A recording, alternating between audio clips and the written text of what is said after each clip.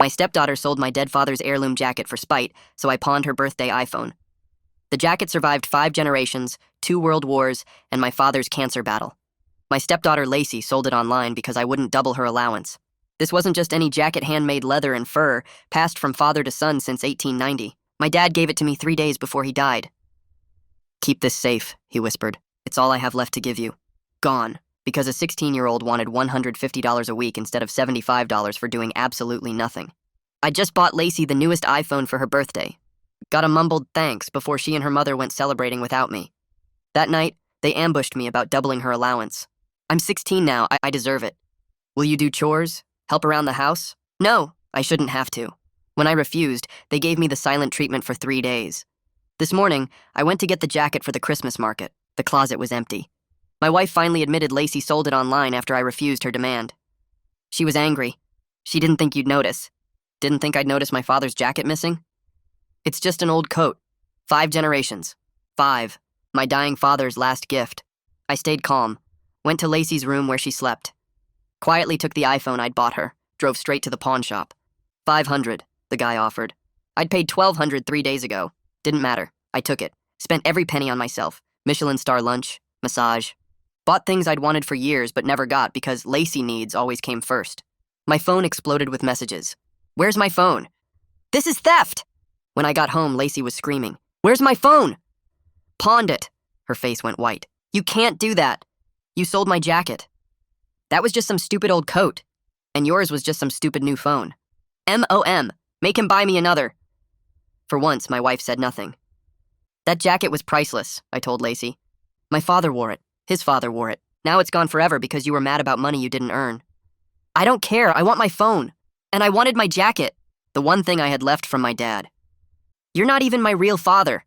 No, I'm just the man who pays for everything while you treat me like an ATM. She ran upstairs sobbing. My wife finally spoke. I watched her listed online. I thought it would teach you a lesson about saying no to her. You knew? I didn't think you'd care that much about an old jacket. My father's jacket.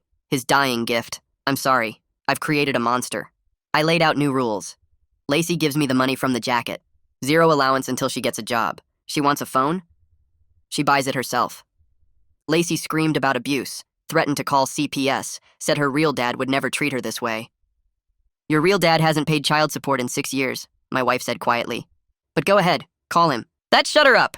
She gave me the $300 she got for my priceless heirloom, crying like she was the victim. 2 days later, I got a call from an unknown number. Is this Michael Torres? Yes. I'm Eleanor Watts. I bought a vintage jacket from your daughter online. I'm a textile historian, and I believe this piece is quite significant. My heart stopped. You have it? Yes. The craftsmanship suggests it's from the 1890s.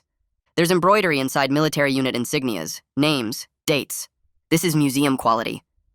That's my family's history. My great-great-grandfather made it. I'll sell it back to you. $1,500. I'll pay anything. Actually, I have a different proposal. I work for the Metropolitan Museum. We're doing an exhibition on immigrant family heirlooms. We'd like to feature your jacket. I just want it back. Of course. But here's the thing, I researched the names embroidered inside. Your great-great-grandfather wasn't just anyone. He was Francesco Torres, the infamous bootlegger. What? Your family jacket was worn during Prohibition runs. There are bullet holes I initially thought were moth damage. This jacket is evidence in 3 unsolved murders from 1923. That's impossible. The FBI reopened the case last year. Cold case unit. Your jacket is now evidence. You're lying. Check your door. Agents are already there. I looked out the window. 2 black SUVs in my driveway. Your stepdaughter didn't just sell a jacket, Eleanor said. She sold evidence that could destroy your entire family story. The doorbell rang. Lacy came downstairs. Who's at the door? Your revenge, I said. Hope the $300 was worth it. I opened the door, and 2 men in dark suits stood on my porch holding up FBI badges. The taller one had gray hair and tired eyes that looked like they'd seen too many crime scenes. He introduced himself as Agent Sebastian Cheney and gestured to his partner, a younger woman with sharp features and a folder tucked under her arm. They asked to come inside to discuss a family matter of historical significance, and the way Sebastian said it made my stomach drop because his tone was professional, but not threatening, which somehow felt worse than if he'd been aggressive. My wife grabbed my arm hard enough to hurt, and I could feel her shaking. Lacy stood frozen on the stairs, looking pale and confused, probably thinking this was somehow about her selling the jacket online. I stepped back and let them in because what else could I do? We moved to the living room, and I noticed my hands were shaking as I gestured for them to sit. Sebastian waited until we were all seated before he opened the folder and pulled out photographs. He explained that the jacket Lacy sold contained physical evidence connected to 3 unsolved murders from 1923 during Prohibition. The words didn't make sense at first, like he was speaking a foreign language. He laid out photos on the coffee table showing my father's jacket spread out in what looked like a forensics lab with little yellow markers next to holes in the leather. There were at least 6 markers that I could see. Sebastian pointed to each one and explained these weren't moth damage like people might assume. These were bullet holes, and the dark stains I'd always thought were just age and wear were actually blood stains preserved in the leather and fur for 100 years. I felt sick staring at those photos because my father wore that jacket to my wedding, to my college graduation, to every important moment in my life, and he had no idea it was tied to violent crimes. My wife made a small noise beside me, and Lacy started crying quietly. Sebastian asked what I knew about Francesco Torres, and I had to admit almost nothing beyond family stories about him immigrating from Italy and starting some kind of business. My father never talked about his grandfather much, and I'd never thought that was weird until this exact moment. Sebastian exchanged a look with his partner that made my chest tight. He said Francesco wasn't just a businessman, he was one of the most successful bootleggers in the Northeast during Prohibition, running liquor from Canada and operating speakeasies in 3 states. The younger agent pulled out more documents from the folder. They were old FBI files from the 1920s with yellowed pages and typewritten text. She laid out a photo that made me stop breathing for a second because the man in it looked exactly like my father, same strong jaw and intense eyes that seemed to stare right through the camera. The files detailed Francesco's bootlegging operation, his connections to organized crime families, and his suspected involvement in multiple murders between 1921 and 1925. I was staring at my great-great-grandfather's mugshot feeling like I was looking at a complete stranger who somehow shaped my entire existence. The file listed his known associates, all with Italian surnames, and mentioned suspected crimes including murder, assault, and racketeering. There were newspaper clippings showing warehouse raids and court cases that all seemed to end with Francesco walking free. Lacy was crying harder now and saying she didn't know. She was sorry. She just wanted the money for selling the jacket. My wife tried to put an arm around her, but Lacy shrugged it off. Sebastian said gently that Lacy wasn't in trouble because the crimes happened a century ago and everyone involved was long dead. But the jacket was now evidence in a cold case the FBI reopened last year using new forensic technology that could analyze old bloodstains and match them to remains. He explained they needed to keep the jacket for testing, including DNA analysis of the bloodstains, ballistics comparison of the bullet holes to see what caliber weapons were used, and chemical analysis of the materials to confirm the age and origin. Eleanor Watts had already agreed to turn it over to them, and they would compensate me fairly for it. I felt my last connection to my father slipping away again, this time into government evidence lockers instead of some stranger's closet. Sebastian stood up and his partner gathered the photos and files back into the folder. He gave me his card and said he'd stay in touch as the investigation progressed. They let themselves out and I heard their car doors slam and engines start. After they left, my wife and I just sat there in stunned silence while Lacy rocked back and forth on the couch with her arms wrapped around herself. I kept thinking about my father's last words to keep the jacket safe and wondering if he knew what it really was. Did he know about Francesco's crimes, or did our family bury that history so deep it became forgotten over generations? My wife finally spoke and asked if I was okay, but I couldn't answer because I didn't know. That night I couldn't sleep, so I went downstairs and opened my laptop. I started searching for Francesco Torres and Prohibition-era bootlegging in our area. Within minutes, I found newspaper articles from the 1920s mentioning his name in connection with speakeasies, police raids, and suspected murders. There was a photo of him standing outside a warehouse wearing a long coat and hat, looking powerful and dangerous, nothing like the family stories of the hard-working immigrant who built a better life for his children. One article from 1923 described a shooting at a warehouse where 3 men died, and Francesco was questioned but never charged. Another article mentioned his name alongside known mob bosses. I read until my eyes burned and the sun started coming up. The next morning, my phone rang with a number I didn't recognize. I almost didn't answer, but something made me pick up. A man's voice said my name and asked if this was Michael Torres. I said yes, and he introduced himself as my cousin Nathaniel Lester, who I hadn't spoken to in 5 years since some family drama at a reunion.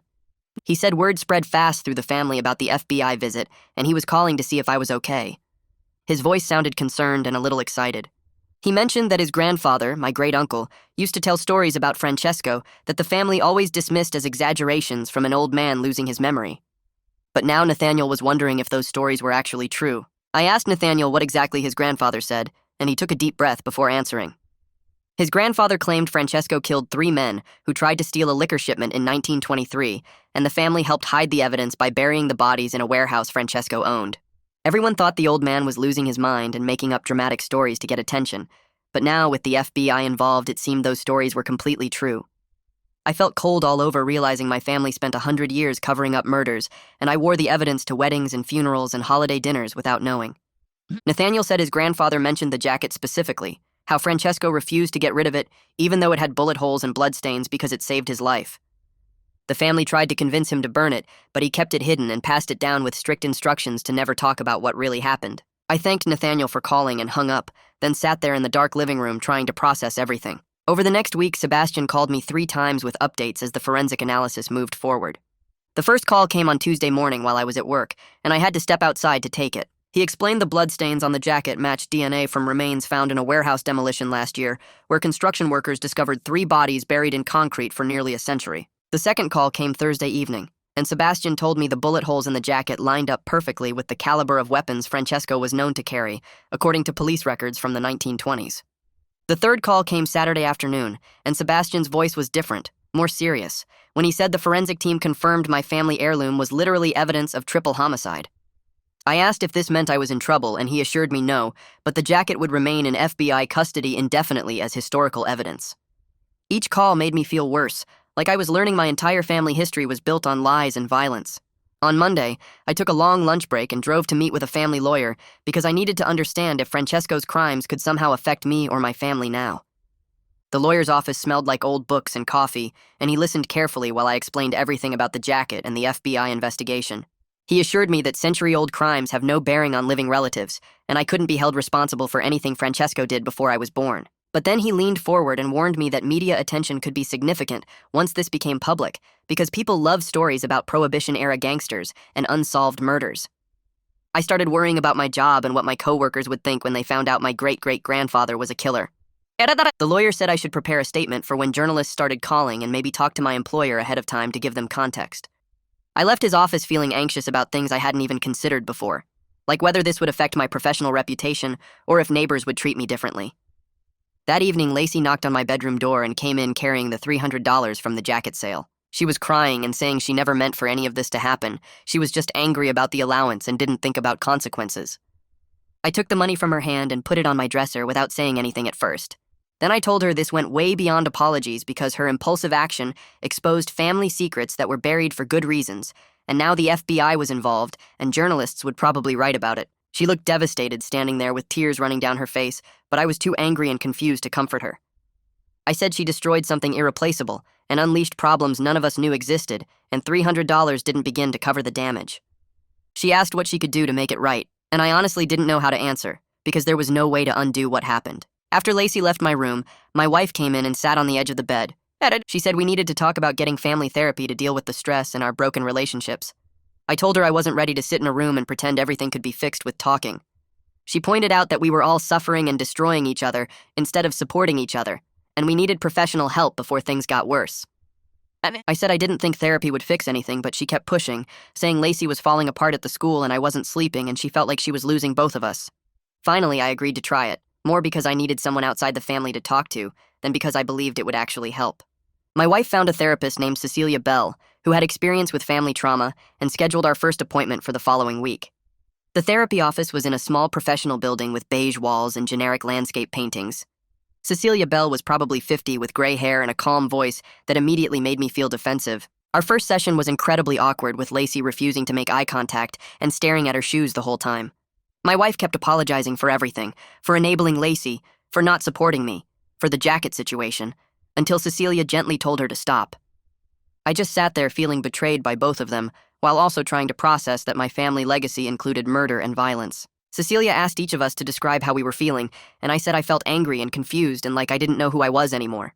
Lacy whispered that she felt guilty and scared, and my wife said she felt like she failed everyone. Cecilia nodded and said we were dealing with 2 separate traumas, the jacket betrayal and the historical revelation, and we needed to address both without letting them become tangled together. She gave us homework about writing down our feelings and scheduled another session for the following week. 2 days after our first therapy session, Sebastian called again. He said the FBI was officially closing the cold case because all suspects were deceased and there was no one left to prosecute. But they wanted to keep the jacket permanently as historical evidence of Prohibition-era organized crime for their records and possibly for educational purposes. Then he mentioned that Eleanor Watts had been working with them and the museum to figure out a solution that might work for everyone involved. I felt a tiny spark of hope for the first time in weeks that maybe I would get the jacket back somehow. Sebastian said Eleanor would be contacting me directly to explain the proposal, and he hoped I would consider it carefully. I thanked him for keeping me informed throughout the investigation, and he said I handled a difficult situation with more grace than most people would. Eleanor called me the next morning while I was drinking coffee and staring at the empty space in my closet where the jacket used to hang. She explained her proposal in detail, speaking quickly like she was excited about the solution. The Metropolitan Museum still wanted the jacket for their immigrant heirloom exhibition, but now with the added historical context of prohibition and organized crime. The FBI would loan it to the museum after their analysis was complete, and I would retain legal ownership with the jacket eventually returned to me when the exhibition ended. It wasn't perfect because I wouldn't have it back for at least a year, but it was better than losing it forever to an evidence locker. Eleanor said the exhibition would honor Francesco's craftsmanship while also telling the truth about the violence, and she thought my father would appreciate his family's story being preserved. I told her I needed to think about it and talk to my wife, but it sounded reasonable. On Saturday, I drove to the nursing home where my Uncle Bartholomew lived because I needed to ask him what he really knew about Francesco.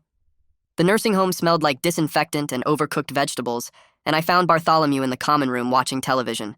He was 87 years old with thin white hair and shaky hands, but his eyes were still sharp. When I mentioned the FBI investigation, his face went completely pale, and he grabbed my arm with surprising strength. He asked me to wheel him back to his room where we could talk privately. Once we were alone, he admitted that his father, Francesco's son, told him the truth about the murders when he turned 18 and made him swear to never tell anyone to protect the family. Bartholomew said he carried that secret for almost 70 years and watched the jacket get passed down through generations while knowing what it really represented. I asked Bartholomew to tell me everything, and he settled back in his chair with a sad expression. He explained that Francesco killed 3 rival bootleggers in self-defense during a warehouse ambush in 1923 when they tried to steal a shipment and kill him. The family helped dispose of the bodies by burying them in concrete in the warehouse basement, and Francesco kept the jacket despite the bullet holes and blood because it saved his life.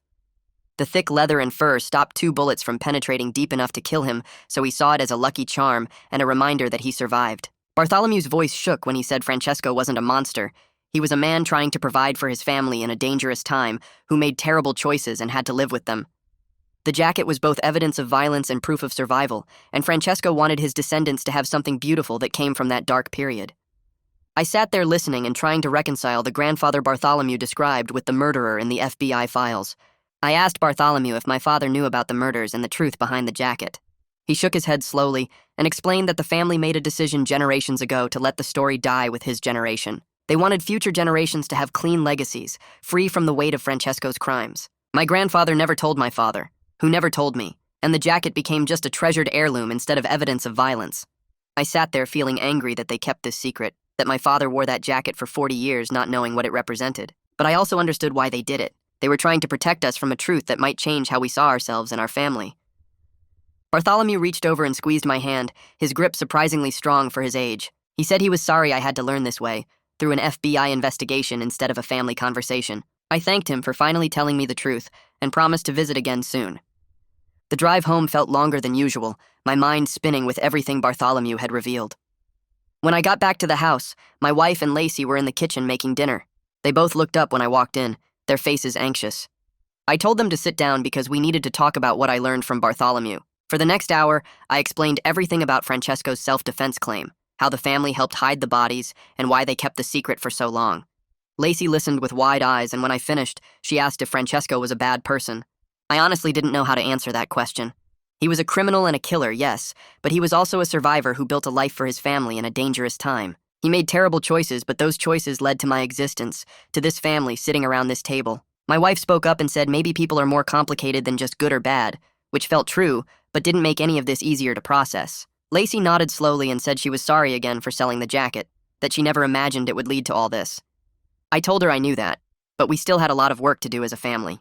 3 days later, we had our second therapy session with Cecilia. The office felt smaller this time, maybe because we were all carrying so much more weight than before. Cecilia asked how we were doing after the FBI investigation and the family revelations. My wife started talking about how stressed she felt, how she couldn't sleep thinking about everything that happened. Lacy admitted she felt guilty, not just about selling the jacket, but about exposing family secrets that hurt me. I said I was still processing that my great-great-grandfather was a murderer and that my entire family history was built on lies. Cecilia listened carefully and then helped us explore how the jacket situation reflected deeper family patterns. She pointed out Lacy's entitlement and how she expected things without earning them. She talked about my wife's enabling behavior and how she protected Lacy from consequences instead of teaching her responsibility. She said I had a tendency to hold grudges and shut down instead of communicating my feelings. And she said we all failed to communicate honestly with each other about what we needed and felt. Cecilia explained that Lacy's action was terrible, absolutely, but it also revealed problems we needed to address as a family. She suggested that maybe this crisis was an opportunity to build something healthier and more honest. I wasn't ready to be grateful for that perspective yet. The idea that something good could come from Lacy's betrayal and the destruction of my father's legacy felt impossible to accept. But Cecilia said I didn't have to be grateful. I just had to be willing to do the work. We scheduled another session for the following week. The next afternoon, my phone rang with a number I recognized from previous calls. It was Sebastian from the FBI. He said he had news that I needed to hear before it became public. A journalist named Flora Scott was investigating the Francesco Torres story for a major publication. She had been researching Prohibition-era organized crime for years and saw this as a significant historical discovery. Sebastian explained that Flora was thorough and professional, but she would be contacting me soon for an interview. He warned me that I should decide how much I wanted to say publicly because the story would run regardless of my participation. I felt my stomach drop. It was one thing to deal with this privately with my family and the FBI, but having it become public knowledge was something else entirely. Sebastian said he gave Flora minimal information and directed her to public records, but she was persistent and would probably find ways to contact family members too. He suggested I think carefully about whether I wanted to provide my perspective or let her write the story without my input. I thanked him for the warning and hung up feeling sick. The next day, Flora Scott's email appeared in my inbox. The subject line read, "Interview request, Torres family history." I stared at it for a long time before opening it. She introduced herself as an investigative journalist specializing in Prohibition-era crime and explained that she was writing a feature article about Francesco Torres and the jacket that solved a century-old murder. She requested an interview at my earliest convenience to discuss my family history and my perspective on recent discoveries. I closed the email without responding. 2 days later, she followed up with another message. This time she explained that the story would run with or without my input, but she thought I might want to provide my perspective rather than let her rely solely on public records and outside sources. She promised to be fair and respectful of my family's privacy while telling an important historical story. I felt trapped between two bad choices. If I didn't talk to her, she controlled the entire narrative and could sensationalize everything. But if I did talk to her, I would be publicly discussing my family's criminal past and putting my face on a story about murder and organized crime. That night, I discussed the situation with my wife over dinner. Lacy was at her friend's house so we could talk openly. My wife said she understood why I was hesitant, but thought maybe talking to Flora was the better option. If we presented our family honestly and gave our perspective, at least we would have some control over how the story was told. She pointed out that the truth was already out there through FBI records and Eleanor's research, so hiding wouldn't change anything. I knew she was right, but the idea of doing an interview made me feel exposed and vulnerable. We talked for over an hour, weighing the options and discussing what boundaries I would need to set. Finally, I decided to call Flora back and agree to meet with her. When I called, she answered on the second ring and sounded genuinely grateful that I was willing to talk. I set clear boundaries about what I would and wouldn't discuss, specifically that I wouldn't talk about living family members beyond basic facts, and that I wanted approval on any quotes used. Flora was professional and respectful, agreeing to my terms immediately. She promised to focus on the historical significance of the story rather than scandal or sensationalism. We scheduled the interview for the following Tuesday at a coffee shop near my office. The interview took place in a quiet corner of the coffee shop, away from other customers. Flora arrived with a recording device and a notebook filled with research. For 2 hours, I found myself telling her things I hadn't fully processed yet. I talked about my father's death and how much the jacket meant to me as his last gift. I explained discovering Francesco's crimes and how it felt to learn that my family legacy was included violence and deception. I described Lacy's action and how it led to all these revelations that changed everything I thought I knew about my family. Flora asked thoughtful questions that made me think deeper about my feelings. She wanted to know how I reconciled loving my father with learning that my ancestor was a killer. She asked if I felt angry at my family for keeping secrets, or if I understood why they did it. She questioned whether I thought Francesco was a villain or a victim of his circumstances. I admitted I was still figuring all of that out. I told her that people are complicated and that Francesco was both a criminal and a craftsman, both a killer and a family man. I said my father was innocent of any wrongdoing, but carried the weight of family secrets without knowing it. Flora listened carefully and took notes, occasionally asking follow-up questions that showed she really understood the complexity of the situation. By the end of the interview, I felt emotionally exhausted, but also slightly relieved. At least now my perspective would be part of the story, not just the facts and the crimes. 2 weeks passed before Flora's article ran. I was at work when my phone started buzzing with texts from family members and friends. The article appeared in a major magazine with the headline, "The Jacket That Solved a Century-Old Murder, One Family's Complicated Legacy." I pulled it up on my computer and read through it slowly, my heart pounding. The article was fair and well-written, presenting Francesco as a complex figure shaped by his time while acknowledging the violence he committed. Flora included details about the bootlegging operation, the murders, and the family's decision to hide the truth. She quoted me extensively, using my words about loving my father and struggling with the revelations. My photo was included alongside historical images of Francesco and pictures of the jacket. The article explained how Lacy's action led to the FBI investigation and how the jacket became evidence in a cold case.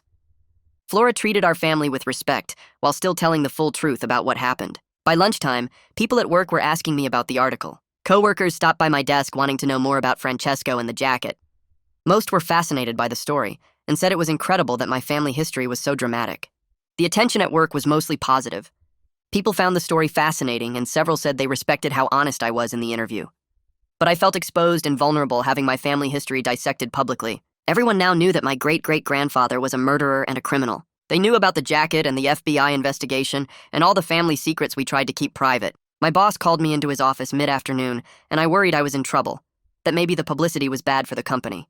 Instead, he closed the door and asked if I was okay. He said he read the article and wanted to make sure I had support during what must be a difficult time. He offered me time off if I needed it to deal with family issues or media attention. I was grateful for his concern but declined the offer. I told him I wanted to maintain normalcy, and that work actually helped distract me from everything happening at home. He nodded and said the offer stood if I changed my mind, then shook my hand and told me he admired how I handled the situation with dignity. That evening, Lacy came home from the school visibly upset. She dropped her backpack by the door and went straight to her room without saying hello. My wife and I exchanged worried looks. I went upstairs and knocked on her door, asking if I could come in. She said yes in a quiet voice. I found her sitting on her bed with her phone in her hands, tears running down her face. I sat down next to her and asked what happened. She explained that kids at the school were talking about the article and asking her questions about Francesco and the murders.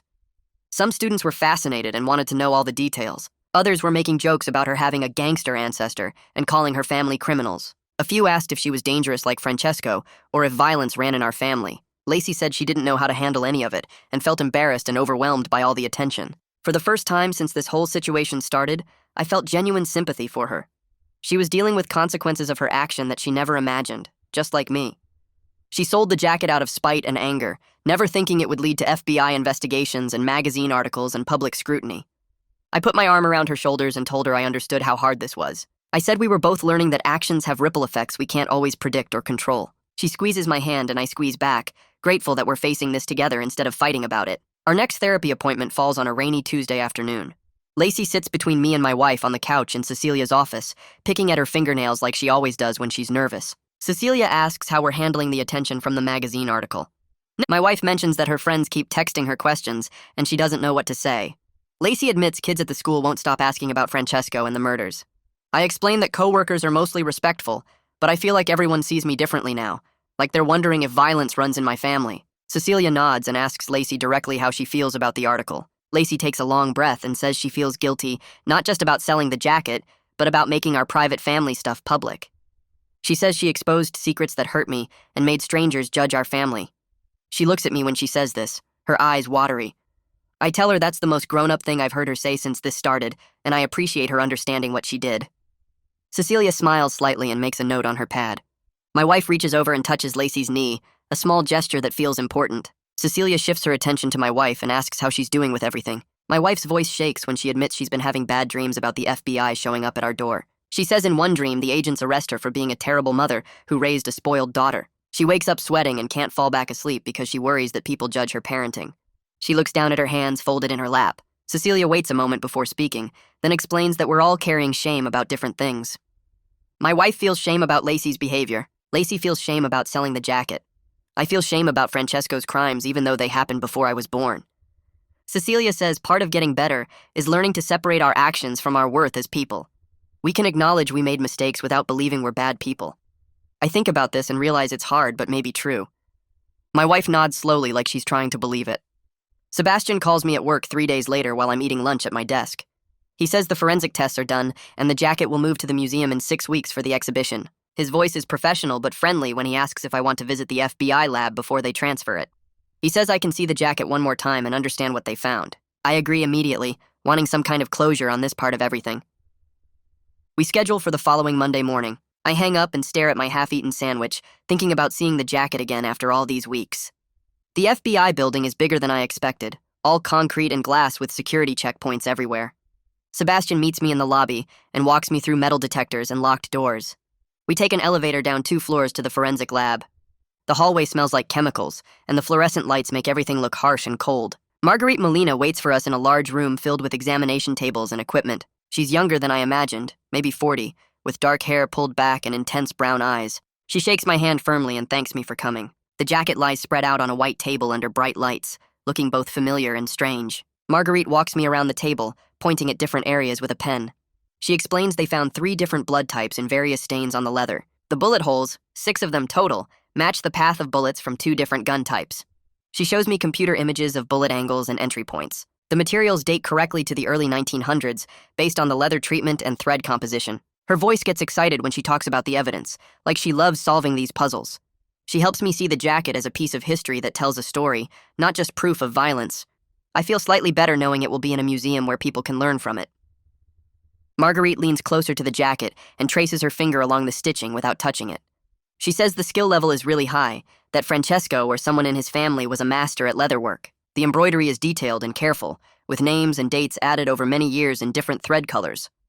She points out places where stitches repaired bullet damage, tiny, careful work that preserved the jacket's shape. Other stitches reinforced weak areas or added decorative patterns. She shows me how names were layered, with the oldest ones near the bottom hem and newer ones higher up.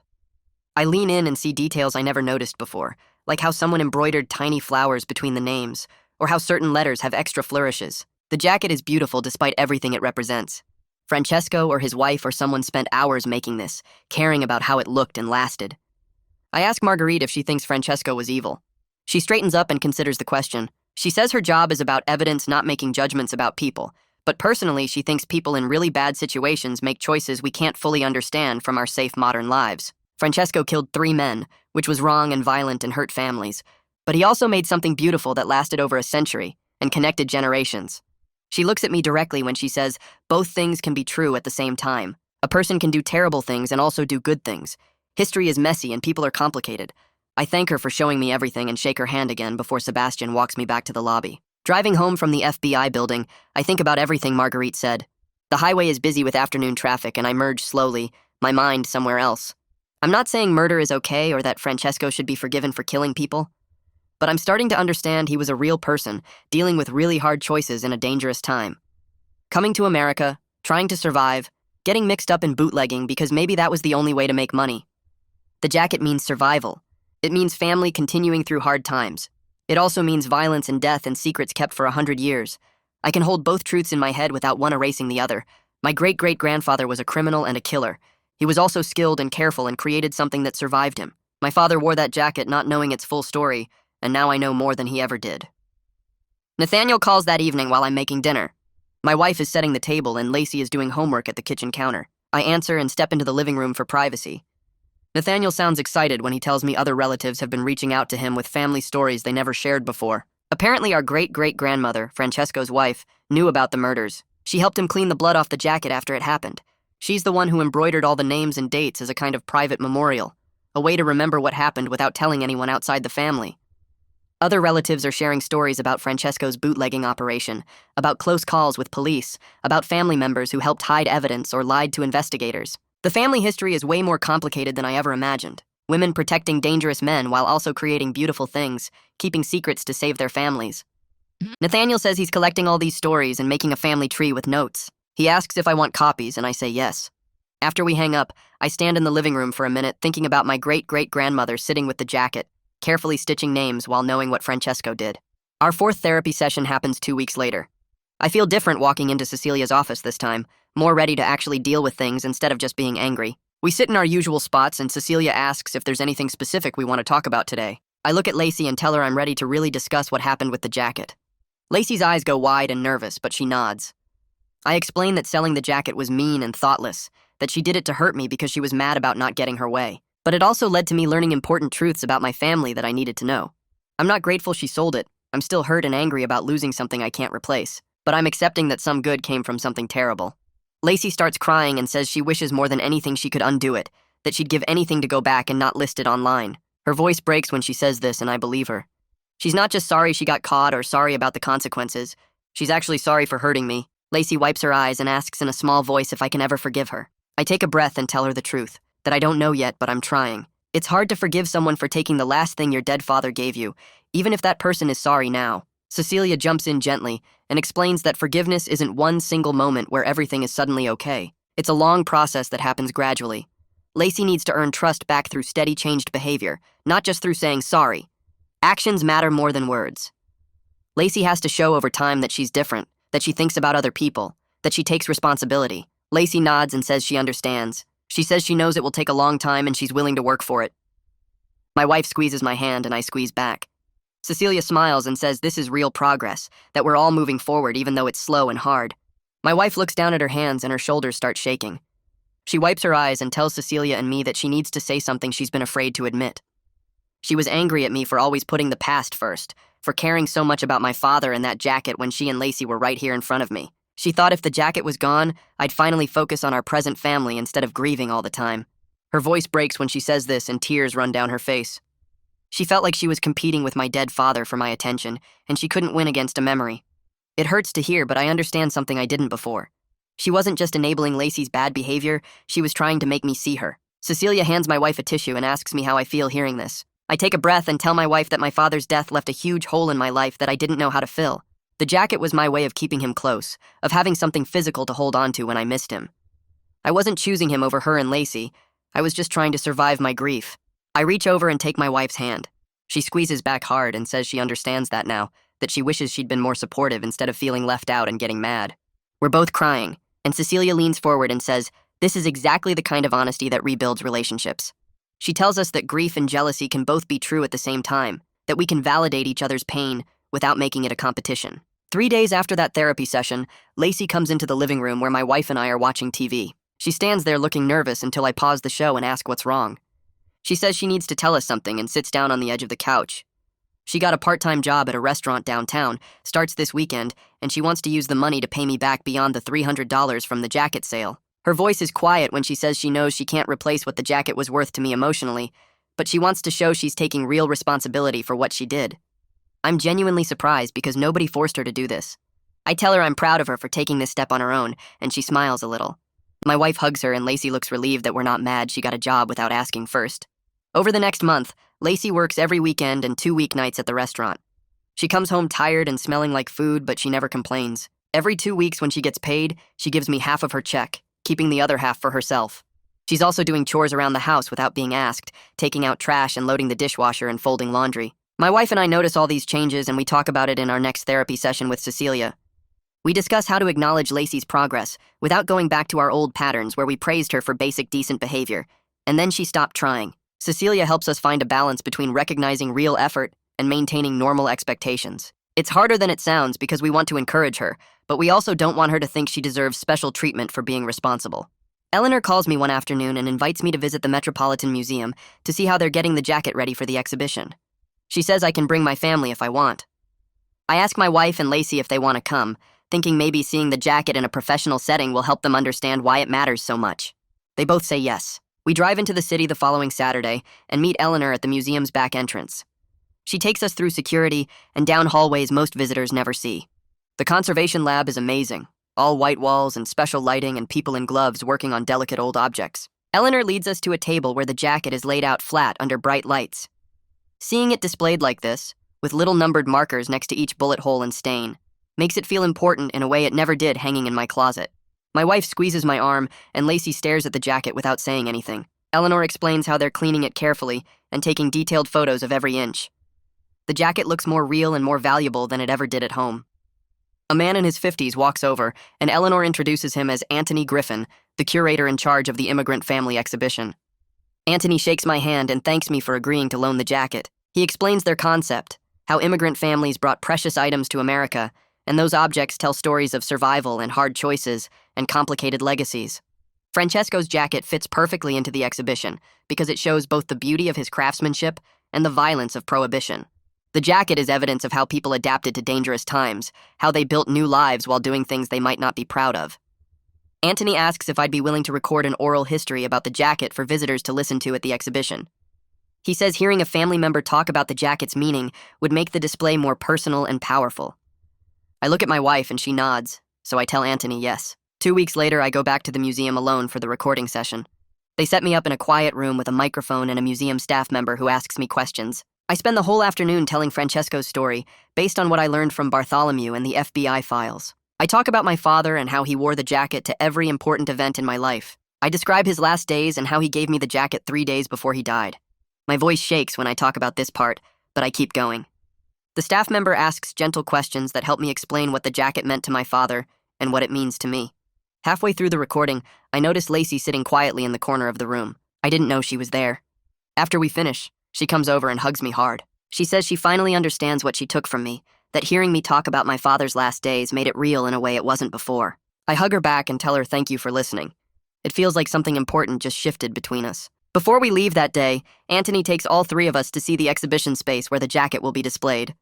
The room is beautiful, with soft lighting and clean white walls. There's a large case in the center where the jacket will hang, surrounded by Francesco's photo from the 1920s, newspaper articles about prohibition and bootlegging, FBI forensic reports, and a screen where visitors can hear my oral history. There are also panels explaining the context of immigration, organized crime, and how families survived during hard times.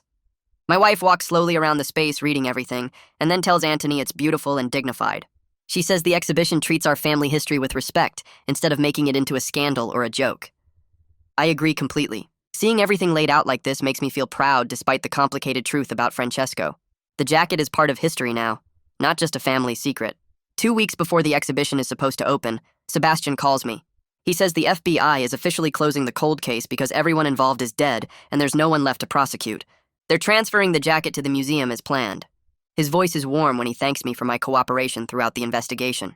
He says I handled a really difficult situation with grace and dignity. I thank him for treating my family with respect when he could have made everything much harder.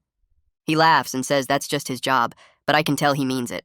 After we hang up, I sit for a minute feeling like that chapter is finally closed. The FBI part is over, and now the jacket gets to be part of something educational instead of just evidence. A few days later, my wife gets a call from Lacy's school counselor, a woman named Eliza Fuller. Eliza asks if we can come in for a meeting because she wants to talk about some positive changes she's noticed. We go to the school the next afternoon and sit in Eliza's small office. She tells us that several of Lacy's teachers have mentioned improvements in her attitude and work ethic over the past month. Lacy has been turning in assignments on time, participating more in class, and being more respectful to teachers. Eliza says Lacy came to talk to her a few weeks ago about feeling guilty over something she did to her family. Eliza has been working with Lacy on accountability and empathy, helping her understand how her actions affect other people. I feel something warm spread through my chest hearing this. Lacy didn't just change her behavior at home, she actually sought help at the school to become a better person. That takes real effort and courage. I tell Eliza thank you for working with Lacy, and she smiles and says Lacy is doing the hard work herself. On Monday morning, I drive to Cecilia's office for what turns out to be our 8th therapy session. My wife and Lacy come with me, and we sit in the same chairs we've occupied for 2 months now. Cecilia looks at each of us and says we've made real progress in how we talk to each other. She mentions that Lacy is showing actual changes in her behavior, not just promises. My wife is working on stopping herself from making excuses for Lacy when she messes up. I'm learning to let go of anger bit by bit, instead of holding on to it forever. Cecilia thinks we're ready to meet once a month instead of every week. She says we've built tools to handle problems ourselves now. Hearing this feels good, like we actually accomplished something instead of just talking in circles. I thank Cecilia and she smiles, saying we did the hard work ourselves. That evening at home, my wife brings up the museum exhibition opening happening in 3 weeks. She suggests we go together as a family to make it a positive thing, instead of just a reminder of all the fighting. I'm not sure at first because part of me still associates the jacket with pain and betrayal. But Lacy speaks up and says she'd actually like to go see the jacket displayed the right way. She says she wants to understand why it mattered so much. I look at both of them and realize this could be healing instead of hurtful. I agree to go, thinking maybe seeing something good come from all this mess will help us move forward. My wife reaches over and squeezes my hand. The week before the exhibition opens, I drive out to visit Bartholomew at his nursing home. He's sitting in his usual chair by the window when I arrive. I tell him everything that's happened since we last talked. The therapy sessions, Lacy's job and her efforts to change, the article in the magazine, all of it. Bartholomew listens carefully and nods along. When I finish, he says he's glad the jacket will be in a museum where people can learn the real story about Francesco. He thinks Francesco would probably be proud that his jacket survived a whole century and became important to history, even if the story isn't about being a hero. He says sometimes the truth matters more than looking good. I think about that and realize he's right. The jacket being public and honest feels better than it being hidden in my closet with secrets. Before I leave, Bartholomew gets up slowly and goes to a drawer in his dresser. He pulls out an old photograph in a frame and hands it to me. I've never seen this picture before. It shows Francesco standing with his wife and 3 small children. My great-grandfather is just a baby in his mother's arms. Francesco looks stern and serious in the photo, the way men did back then, but his hand rests gently on his wife's shoulder, and there's something soft in his eyes when you look close. Bartholomew says Francesco was complicated, not just one thing. He could be violent when he had to be, but he loved his family deeply. He provided for them and protected them in a dangerous time. I hold the photo carefully and thank Bartholomew for sharing it. Having this more complete picture of Francesco helps me understand him better. He wasn't a monster or a saint, just a man trying to survive. The night before the exhibition opening, I sit alone in my bedroom after everyone else goes to sleep. I take out the photo of my father wearing the jacket that I keep on my dresser. It was taken maybe 10 years ago at a family gathering. Dad looks healthy and happy in the picture, the jacket fitting him perfectly. I talk to him out loud even though I know he can't hear me. I tell him I finally understand why he never talked about Francesco or the jacket's real history. He wanted to protect me from complicated truths that might hurt. I say I forgive him for keeping secrets because I know he did it out of love. Then I tell him I hope he'd forgive me for letting the jacket become public, for letting the world know about Francesco's crimes. It feels like saying goodbye to something, like closing a door that needed to close. I put the photo back on the dresser and go to bed. The museum exhibition opening happens on a Saturday afternoon. The gallery is packed with people, way more than I expected. There are museum members in fancy clothes, historians with notebooks, and journalists with cameras. My wife holds my hand as we walk in, and Lacy stays close to both of us. Flora spots me right away and comes over to introduce herself properly in person. She thanks me for trusting her with the story and says the response to her article has been amazing. Eleanor appears next and offers to give us a personal tour of the exhibition before it gets too crowded. She walks us through the space, pointing out details in the display. The jacket hangs in a big glass case in the center of the room, with soft lights making the leather and fur look beautiful. Around it are Francesco's photo from the 1920s, old newspaper articles about bootlegging, FBI forensic reports, and a screen where visitors can listen to my recorded oral history. There are also panels explaining immigration, organized crime, and how families survived during hard times. We stand together as a family looking at everything, and I feel my wife squeeze my hand. Standing right in front of the jacket display, I feel about 10 different emotions at once. Pride that Francesco's amazing craftsmanship is being honored and preserved. Sadness about the violence the jacket represents and the men who died. Grief for my father who wore this jacket for 40 years. Gratitude that it survived everything and ended up here instead of lost forever. Lacy reaches over and squeezes my arm, then whispers that the jacket is beautiful. I agree with her. My wife takes out her phone and asks someone nearby to take a photo of the 3 of us standing in front of the display. We smile for the camera, and for a moment, everything feels okay. After the main tour ends and people start wandering around on their own, several visitors approach me. They say they found the story moving and they appreciate my honesty about family being complicated. A woman tells me her grandfather was involved in organized crime during Prohibition too. A man shares that he discovered his great-uncle was connected to unsolved murders in Chicago. An older couple mentions finding out their family immigrated illegally and lived under fake names for decades. Each person has their own story of learning difficult truths about their ancestors. I realize I'm not alone in having complicated family history. Lots of people discover things about their families that are hard to accept. There's something comforting about this shared human experience of dealing with imperfect ancestors. On the drive home that evening, Lacy sits in the back seat and speaks up suddenly. She says she's been thinking about Francesco and how he made one choice to keep the jacket after the shooting. That choice preserved his story for 100 years. She says she hopes the choices she makes now will define her better than selling the jacket did. I glance at her in the rearview mirror and tell her that's exactly how change works. You make better choices consistently over time, and eventually those choices become who you are. She smiles and says she's trying really hard. I believe her. 2 months pass and life settles into a new routine. Then one Tuesday afternoon, Anthony calls me at work. He says the Immigrant Heirloom exhibition is the museum's most popular show in years. Visitor numbers are way higher than they expected. They want to extend the exhibition for 6 more months beyond the original closing date. He asks if I'd be willing to let the jacket stay at the museum longer. I think about it for maybe 10 seconds and then say yes. Knowing the jacket is educating people and honoring my family's complicated history makes the extended absence easier to accept. It's doing more good at the museum than it ever did hanging in my closet. In our next therapy session a week later, Cecilia sits forward in her chair and asks what each of us has learned from everything that happened with the jacket and Francesco and the FBI investigation and all the family stuff. I think about it for a minute and then say, I learned that family history is way more complicated than I thought, that people can do terrible things and beautiful things at the same time, and that forgiving someone is possible even when it's really hard.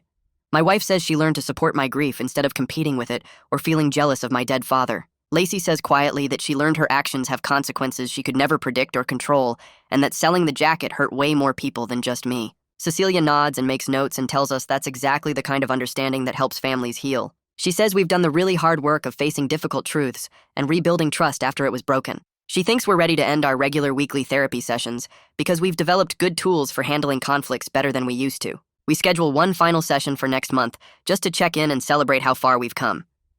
Walking out to the parking lot after the session, my wife takes my hand, and Lacy walks close to us, instead of trailing behind on her phone like she used to do.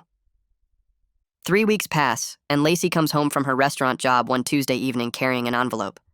She's been working there for 3 months now, and she hands me the envelope saying she saved over $1,000 toward paying me back. I open it and count the bills, and she's right. There's $1,100 cash inside. She tells me she knows it doesn't replace what the jacket meant to me or my family, but she wants me to have it anyway. Her eyes are wet, and she says she's really sorry for everything, and she hopes I can see she's trying to become a better person. I'm honestly touched by how persistent she's been with the job and the saving and the changed attitude. I tell her I'm proud of the young woman she's becoming, and that I can see how hard she's working to make things right. She hugs me tight and whispers, "Thank you for giving her another chance." My wife watches from the kitchen doorway, and she's crying too, but in a good way. That Saturday night, my wife and I go out for dinner at a nice Italian place downtown, just the two of us without Lacy. We agreed beforehand not to talk about the jacket or Francesco or any of the heavy family stuff. We just laugh about silly things like the terrible movie we watched last week and the weird neighbor who keeps parking in our spot. We remember stories from when we first started dating and why we fell in love in the first place. Over dessert, she reaches across the table and squeezes my hand and says the last few months were the hardest of our marriage, but she thinks we're stronger now than we were before. I agree with her and tell her I really appreciate how she supported me, even when she didn't fully understand why I was grieving so hard. She says she gets it now and she's sorry it took her so long to figure out what I needed. We hold hands walking back to the car, and I feel closer to her than I have in years. On Monday morning, I get a call from Nathaniel who says he's been thinking about Francesco and our family and all the secrets that got kept for so long. He's organizing a Torres family reunion, and he thinks it's time for everyone to gather and talk honestly about Francesco and our shared history. He's inviting all the descendants he can find, and he really wants me there since I'm the one who ended up at the center of everything. I'm nervous about facing a bunch of relatives and talking about murders and bootlegging and family shame, but I tell him I'll go because it feels important to stop hiding from our history. My wife and Lacy say they'll come with me for support, and I'm grateful I won't have to face this alone. Nathaniel gives me the date and address and says he's looking forward to finally meeting me in person after all these phone calls. The family reunion happens 3 weeks later at a community center Nathaniel rented. 23 Torres descendants show up from all over the Northeast. Some are my age, some are older, some are younger. We go around the room introducing ourselves and explaining how we're related to Francesco. Some people knew about his crimes and the bootlegging, others had no idea and look shocked hearing the stories. We spend hours talking openly about the murders and the FBI investigation and how different parts of the family kept secrets or told stories or pretended Francesco was just a regular immigrant businessman. It's emotional and uncomfortable, but also healing to finally acknowledge the truth together as a family instead of hiding it. An older woman suggests we should visit the museum exhibition as a group so we can all see Francesco's jacket and understand our shared history better. Everyone agrees that's a good idea, and Nathaniel says he'll coordinate with the museum to arrange a group visit. 2 weeks after the reunion, the whole Torres family group meets at the museum on a Sunday afternoon. Anthony arranged for us to have a private viewing before regular hours. We stand together in front of the glass case holding Francesco's jacket, and it's powerful seeing it surrounded by relatives who carry his DNA and his complicated legacy. The jacket looks beautiful under the museum lights with all the embroidery and bullet holes and bloodstains visible. We talk quietly about Francesco's life and the choices he made and what it means to come from his family line. Nathaniel organizes us for a group photo in front of the display, and we all squeeze together, smiling. After the photo, he says we should do this annually, come back to the museum together and stay connected as a family. I really like that idea because it turns our family shame into family connection instead. Several people exchange phone numbers and email addresses and promise to stay in touch. Our final therapy session with Cecilia happens the next month. She asks each of us to share one thing we're grateful for from this whole experience with the jacket and Francesco and everything that happened. My wife goes first and says she's grateful we learned to communicate better and support each other through hard things. Lacy says she's grateful for the chance to become a better person and learn from her mistakes before she became an adult. I say I'm grateful that my father's jacket is preserved in a museum where people can learn from it, and that I understand my family more completely now, even though some parts are really hard to accept. Cecilia smiles and says we've come a long way from that first session, when we could barely look at each other. She tells us we should be proud of the work we did and the changes we made. She gives us her card and says to call if we ever need her again, but she thinks we have the tools now to handle things on our own. 6 months after Lacy sold the jacket, I get a call from Anthony at the museum. He says the immigrant heirloom exhibition is ending next month, and I need to make a decision about the jacket. I can reclaim it and take it home, or I can leave it in the museum's permanent collection, where it will stay on display for years. He gives me a week to think about it and discuss it with my family. That night at dinner, I bring it up with my wife and Lacy. We talk about the options and what makes the most sense. My wife says the jacket is safer at the museum than in our closet where it could get damaged or lost. Lacy says more people can learn from it if it stays on display. I think about my father and what he would want, and I realize he'd probably be proud that his father's jacket is teaching people about history and immigration and complicated families. I call Anthony back 3 days later and tell him I want to leave the jacket in the permanent collection. He sounds pleased and says they'll hold a small ceremony to officially transfer it.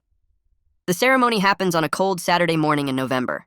I attend with my wife and Lacy, and Nathaniel drives up from Connecticut, and Bartholomew comes from his nursing home with a caretaker. We gather in the exhibition space in front of Francesco's jacket display. Anthony gives a short speech about the importance of preserving immigrant family stories, even when they're complicated. Then he asks if I want to say anything. I stand up and talk about how the jacket represents survival and family, and the complicated nature of history. I say Francesco made choices I don't agree with, but he also created something beautiful that lasted 100 years. I say my father wore this jacket with pride, not knowing its full story, and now it can educate people about prohibition and immigration, and how families deal with difficult legacies. When I finish speaking, Lacy squeezes my hand and I squeeze back. I look at my wife and Bartholomew and Nathaniel, and I realize we've all survived our own complicated chapter together. A week after the ceremony, Lacy comes to me with a wrapped package. She worked extra shifts to save up money for this, she says, and hands it to me. Inside is a leather journal with my initials on the cover. I open it and see her handwriting on the first page. For recording our family's true stories, the good and the complicated. Love, Lacy. My throat gets tight, and I tell her this is the best gift she could give me. She hugs me and says she wants me to remember everything, not just the hard parts. That night, after everyone goes to bed, I sit at the kitchen table and open the journal. I start writing about my father, about the day he gave me the jacket and what he said. I write about Francesco and the murders, and how finding out the truth hurt, but also helped me understand my family better. I write about Lacy selling the jacket and how angry I was, and how that anger led to all of us changing. The words come easier than I expected. 3 months pass and life settles into something that feels almost normal. Lacy still works at the restaurant and saves money. My wife and I talk more honestly about things instead of avoiding problems. I visit the museum on the first Saturday of every month to see Francesco's jacket behind the glass. Standing there, I feel connected to my father, and to Francesco, and to all the complicated history that made me who I am. We're not a perfect family. Lacy still complains sometimes, and my wife still struggles with saying no. But we're honest now about who we are and where we came from. That feels like enough.